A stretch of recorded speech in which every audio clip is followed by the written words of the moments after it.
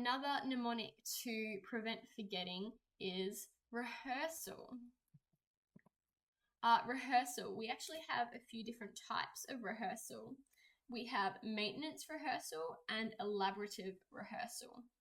So maintenance rehearsal is keeping information in your short-term memory or moving it to long-term memory by simply repeating the information over and over. So yes, we have the example of a phone number. If I was trying to learn a phone number by maintenance rehearsal, that just means I'm just trying to repeat it and repeat it and repeat it. 1-800-876-278. But the interesting thing is I haven't actually just used maintenance rehearsal there. I've actually used a technique called chunking, which is actually a really valuable, like a improving memory technique as well.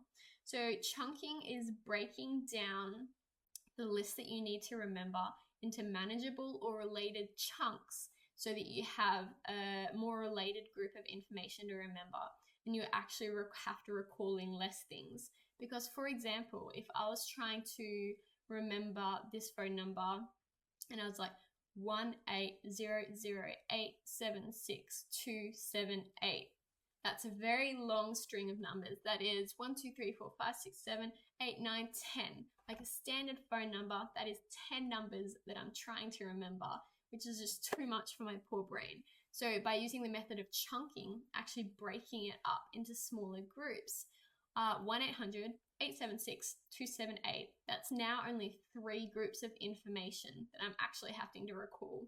So chunking is a principle that the chunk is stored in one location rather than many, freeing up space for new information. So if this phone number was pushed all together, I'd be remembering one digit at a time.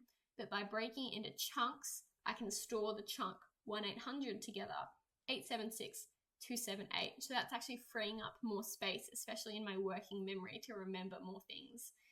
Again, if I was remembering 1800, it's much easier to forget.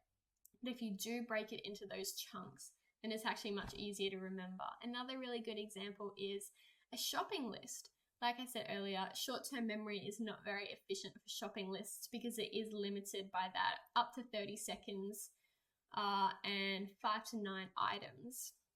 But for example, if I was trying to remember this shopping list of about 6 items, that could be really challenging. But if I actually chunked my shopping list, that actually might make it more meaningful and I'd have a better chance of recalling it. So for example, if I had to get lettuce, tomato, carrot, and peanut butter, jam, butter, rather than just trying to remember them all in a completely random order, if I chunk it and think, okay, so I need my lettuce, I need tomato, I need carrot, so they're my vegetables, and I need peanut butter, I need jam, and I need butter, they're my condiments. I'm going to the shops thinking, all right, I need my vegetables and my condiments. So now I'm only thinking of 2 things that I need to remember rather than my initial 6. So by chunking it, that's actually using your chunks as a cue to be able to recall that information. Okay, so coming back now to the idea of rehearsal, we have our 2 types. We have maintenance rehearsal and elaborative rehearsal. So maintenance rehearsal is literally just repeat, repeat, repeat, repeat. Maintenance rehearsal is actually a strategy to keep information in your short-term memory. If you do it for long enough, it can move the information into your long-term memory. So I'm not sure if I said the wrong one before earlier, but mainly maintenance rehearsal keeps the information in your short-term memory.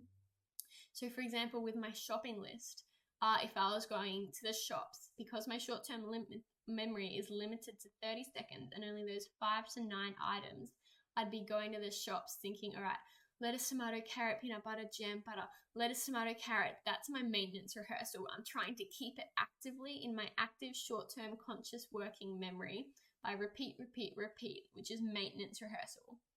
Whereas elaborative rehearsal is a process by which we give meaning to the information and link it to other information in our memories.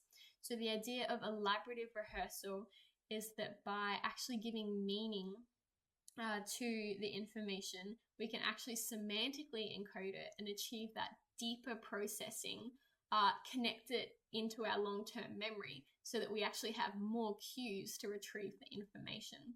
So for example, if I'm trying to, again, learn about psychology, if I want to use elaborative rehearsal, I'm actually going to give meaning to the information. So for example, if I'm trying to learn about memory, I'm not just going to try and memorize or rehearse. Short-term memory is. I'm actually going to learn the definition. I'm going to give meaning to it. And by doing that and undertaking elaborative rehearsal, I'm actually giving meaning to the information, linking it to other meaningful information, so that I'm actually going to have a lot of really valuable cues to kind of bring the information back into like my conscious awareness. Okay, I think we have one more mnemonic to prevent our forgetting.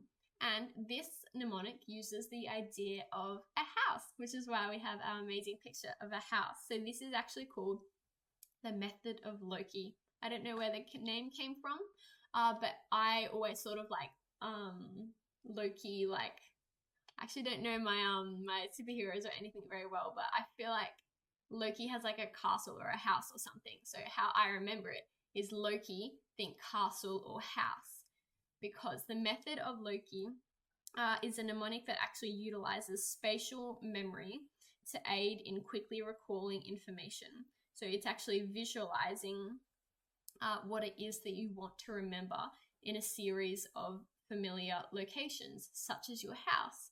So for example, if you were going to use the method of Loki to try and remember your shopping list, the method of Loki, like I said, is utilizing your visual memory and your spatial memory of familiar places to aid in that recall. So for example, if this was your house and you had this big long shopping list that you were trying to remember, and the first thing was eggs, you might picture eggs sitting on the kitchen bench, or maybe eggs smashed on the front door. And then once you walk through the front door, you might turn into the lounge room.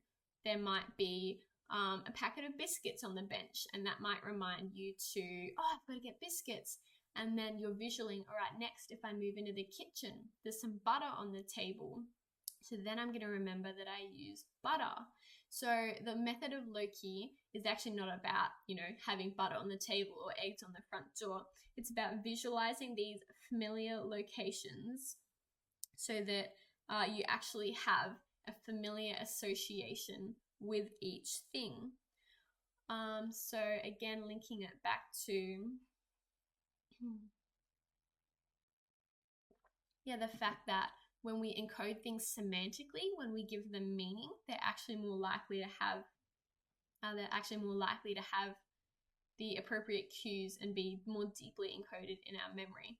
So because you're so familiar with your house, you can actually visualize it. It's a really familiar thing for you. And by associating one item, or maybe the SQ4R method, for example, you might think of associate a room with each letter of that, although that's not a very practical example. But again, thinking back to the shopping list, by associating the item, the thing that doesn't mean anything, like the eggs is easily forgettable because you're just trying to remember eggs. If you use maintenance rehearsal, you'd be thinking eggs.